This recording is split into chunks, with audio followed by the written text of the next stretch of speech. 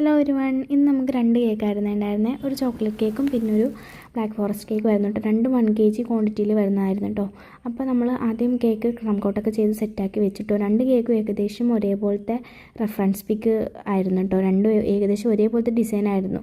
ഞാൻ പെട്ടെന്ന് തന്നെ ആദ്യത്തെ കേക്ക് എടുത്തു, അതിൻ്റെ ഡിസൈനൊക്കെ നോക്കി ഡീറ്റെയിലിംഗ് ഒക്കെ ചെയ്തു. ഡിസൈനൊക്കെ ചെയ്ത് കുറച്ച് ബീഡ്സൊക്കെ ആഡ് ചെയ്തു. അപ്പോൾ ആൾ ഒരു ടോപ്പർ വെക്കണമെന്ന് പറഞ്ഞിട്ടുണ്ടായിരുന്നു. അപ്പോൾ ഡിസൈനൊക്കെ ചെയ്ത് കുറച്ച് ലാസ്റ്റാണ് കേട്ടോ ടോപ്പർ വെച്ചേക്കുന്നത്.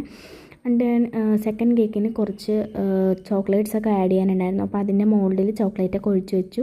എന്നിട്ട് അത് സെറ്റാവുന്ന ടൈമിൽ ഞാൻ സെക്കൻഡ് കേക്കിലും ഡിസൈനൊക്കെ ചെയ്തു. എന്നിട്ട് ആ ചോക്ലേറ്റൊക്കെ കറക്റ്റായിട്ട് പ്ലേസ് ചെയ്തിട്ടോ. പിന്നെ കുറച്ച് ബീഡ്സൊക്കെ ആഡ് ചെയ്തിട്ട് നമ്മൾ ആ കേക്കും സെറ്റാക്കി.